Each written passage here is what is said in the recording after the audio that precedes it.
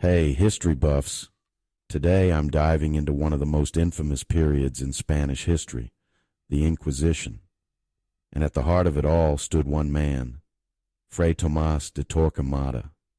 Torquemada was a Dominican monk with a reputation for his iron will and unwavering dedication. In his early days, he served as the confessor to Queen Isabella the Farn of Castile, solidifying his influence over the Spanish monarchy. But his true calling was far more ominous. Torquemada believed that Spain needed to be purged of the stigma of Judaism to become a unified Christian nation. To make this vision a reality, Torquemada needed a powerful tool: enter the court of the Inquisition. Originally established in the early 13th century by Saint Dominic to combat the Albigensian heresy in southern France, the Inquisition was a formidable weapon of religious and political control. It gave the Church the authority to identify, try, and punish heretics, often through brutal means.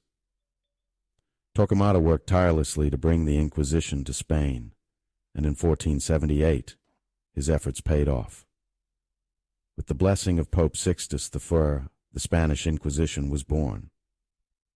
As the first Inquisitor General, Torquemada wielded enormous power.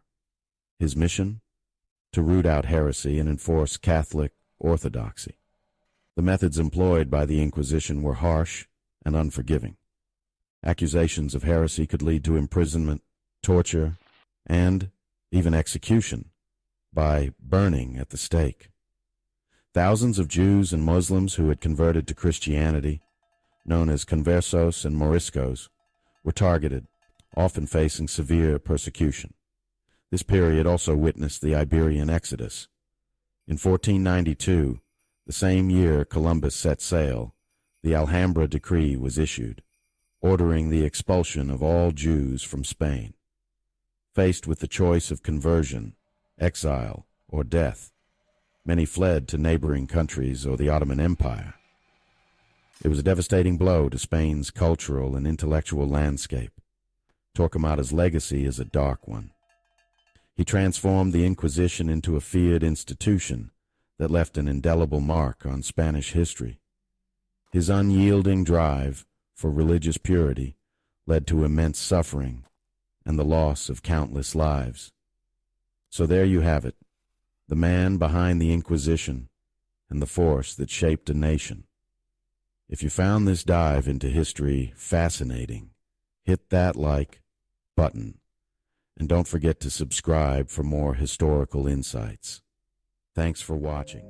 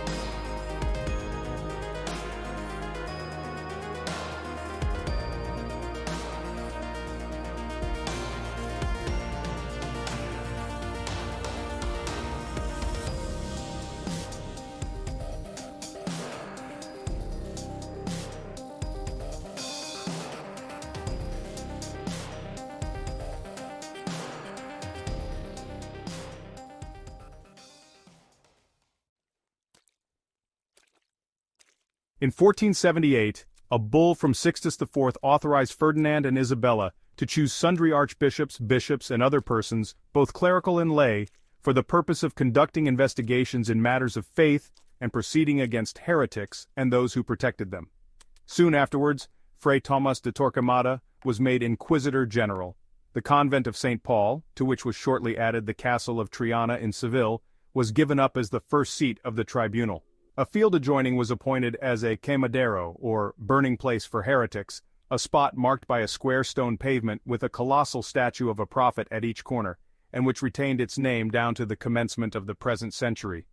The whole force of this new and tremendous engine was directed against the Marannos or New Christians, who were Jews. Within 4 days of the installation of the Inquisition, the first auto da fe, or act of faith, took place, when 6 persons perished in the flames. In March, April, and November followed fresh human sacrifices to such an extent that in the first year, 298 individuals were burned, and in the second, no less than 2,000. Besides which, 17,000 persons were subjected to due penance, involving either total or partial loss of their property, and the disgrace of themselves and their families. It may easily be imagined how the new proceedings inspired fear far and wide, when it is considered that not only some hundreds of thousands of the population were known to belong to the New Christians, but also that by intermarriage with the converts, vast numbers of the people, largely including the highest nobility and clergy, were the descendants of Jews, and were consequently amenable to the proceedings of the dreaded tribunal. The force of bigotry and fear, and the distorted reasoning of the inquisitors, proved however too strong for any sentiment of compassion, and on March 31, 1492, went forth the fatal edict enjoining that all non-baptized Jews must quit the whole of the Spanish dominions, including the islands of Sicily and Sardinia, within the space of 4 months. It was thus deemed absolutely imperative, after mature deliberation, to banish the Jews from the whole kingdom, and accordingly, they were all ordered to depart, never to return, before the end of the month of July in the current year, 1492.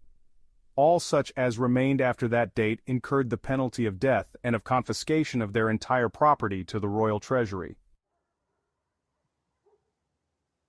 The major part emigrated to Portugal, the aged and noble rabbi and great Talmudist, Isaac Aboab of Toledo, having obtained, despite much opposition, the permission of King John II to their entering the country, though only in consideration of each immigrant paying a capitation tax, and on the understanding that within 8 months they should leave the country, for which purpose proper ships should be provided by the government at moderate rates of passage money.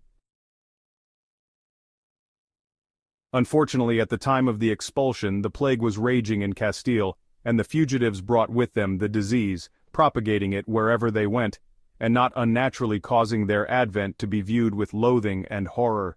This circumstance induced King John to hasten their departure from Portugal, for which purpose ships were duly provided according to the agreement, but such was the temper of the captains and sailors that they subjected the Jews to the hardest possible conditions. They plundered them of their goods and valuables, even to their very clothes, and landed them naked and bare of everything on barren points of the African coast, leaving them to die of starvation, or to be sold into slavery to the Moors. Nor was this all. The king wrested from their parents all children between the ages of 3 and 10 of those Jewish immigrants who from poverty or otherwise had omitted to pay the capitation tax on entering, or who were forced to remain in Portugal, and had them transported to the newly discovered islands of St. Thomas, Sao Tome, which then swarmed with alligators and other beasts of prey, to be brought up as Christians. Join me as I dive into the complex history of the Jews in Spain and Portugal during the Inquisition, and see if I can uncover the lesser-known stories that shaped their fate. In the late 15th century, the Iberian Peninsula was a hotbed of religious, cultural, and political tensions. The Catholic monarchs, Ferdinand and Isabella, had just united Spain, and the Portuguese kingdom was asserting its dominance over the Atlantic. Amidst this backdrop, the Inquisition was born, an institution that would change the course of Jewish history forever. From the get-go, Jews in Spain and Portugal faced an onslaught of challenges. Forced conversions, persecution, and the threat of death loomed large over their communities. Many were forced to abandon their faith, adopt Christianity, and live in the shadows, lest they face the wrath of the inquisitors. The once thriving Jewish communities were torn apart, as families were forced to make impossible choices, stay loyal to their faith and risk everything, or abandon their heritage and live a lie. These difficult decisions weighed heavily on the minds of Jews, as they struggled to maintain their cultural identity in the face of relentless persecution. A wrong move could mean torture, imprisonment, or even death at the stake. The Inquisition's nets were wide, and no one was immune, not even the most powerful and influential members of the Jewish elite. As the Inquisition gained momentum, the pressure on Jews to conform intensified. Thousands were forced to flee, leaving behind everything they knew and loved. Those who remained were forced to live in a world of secrecy, where a whispered rumor or a misplaced word could mean disaster. It was an existence marked by fear, uncertainty, and despair. Conversos, or converted Jews, faced their own unique set of challenges. Though they had abandoned their faith, they were still regarded with suspicion by their Christian neighbors.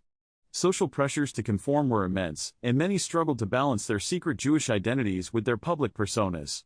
The Inquisition was always watching, waiting for any sign of backsliding, and the price of discovery was brutal.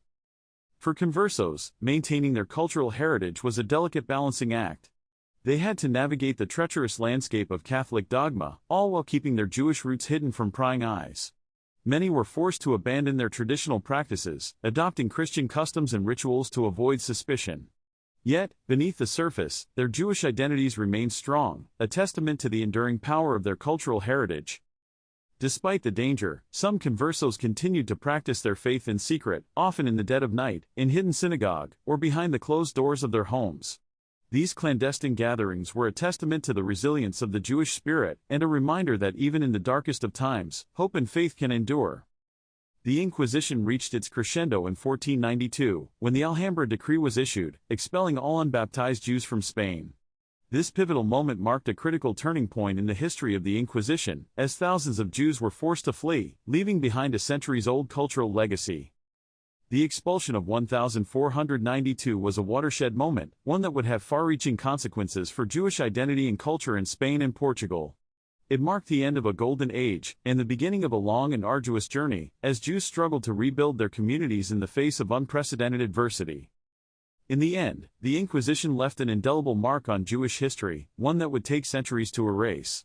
The trauma, the loss, and the shattered communities would become an integral part of the Jewish narrative, a reminder of the enduring power of faith and resilience in the face of brutal oppression. Thanks for joining me on this journey into the complex history of the Jews in Spain and Portugal during the Inquisition. What are your thoughts on this dark chapter in human history? Share your comments below, and if you want to dive deeper into the world of Jewish history, be sure to check out our next video.